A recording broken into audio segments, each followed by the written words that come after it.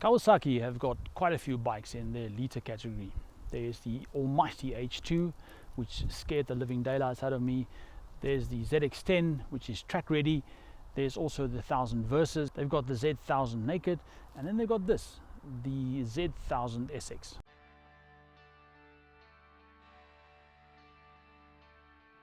The Kawasaki Z1000 SX was updated in 2014 to look very much like it is today. In 2017, however, they listened to all the riders' complaints about the previous version and they updated where they could. The one thing, however, that they did not change was the engine, because nobody complained about the engine. Maybe Bob from SX did, but they told him to go buy a ZX10 instead. The Kawasaki ZX10 is a track-ready surgical tool. This is more of a hand tool for everyday use. Where the ZX10 pushes out almost 200 horsepower, this bike only pushes out about 140 horsepower, but it costs half the price of the ZX10.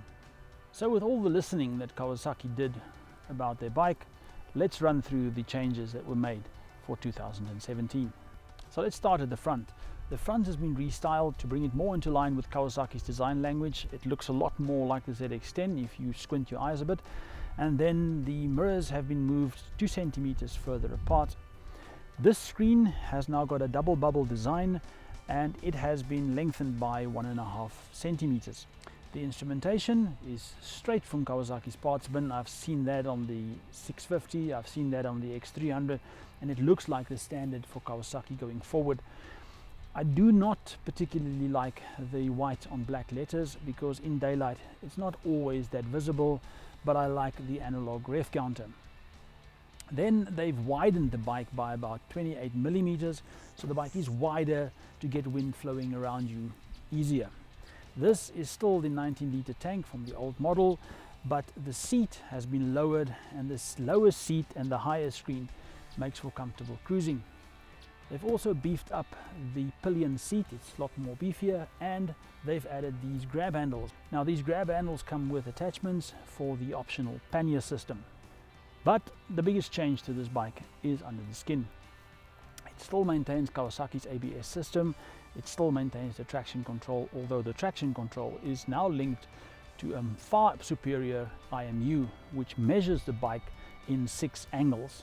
This system is also linked to the traction control and the ABS, and it's now got cornering ABS, which means that if you are in full tilt in a corner and you do need to brake suddenly, that this bike will be able to save your bacon. The ABS comes standard, and the traction control is adjustable through 3 levels. There's 1 and 2, 2 being the most intrusive, 1 which semi-intrusive, and then you can also switch the traction control off. There's also a power mode. You can choose between full power and low power. Full power being at the full 140, and low, depending on the conditions, between 75 and 80% of the power, so you're looking at around 100 horsepower. This bike is labeled a sports tourer, but I have ridden this bike now and it tends to lean more towards the sport than it does to touring. The seating position on this bike is very comfortable and quite upright. These handlebars are raised. It's not like the super bikes where the handlebars are down low. The seat has actually got some padding on it. It is nice and wide, and apparently this seat with a beefier perch for your pillion will make life for your pillion a lot easier. What I liked about the bike is the lines. It looks aggressive. The other thing is it's got twin exhausts. It hasn't got those huge cans that you get on bikes nowadays that have to conform to EU4 regulations, which this one does. This has been on my radar for quite some time because it is the ideal combination of power and comfort. This is the type of bike that I can easily see myself pulling a Forrest Gump. I would ride that way until the sun sets, or I hit the sea, whichever comes first, and I would turn around and I would ride that way and do the same thing. If you are in the market for a sports tourer, which this bike clearly is, it needs to be on your shortlist. There are quite a few bikes that compare with this, but at the price that this is coming in, it's going to be a very difficult decision for you to make.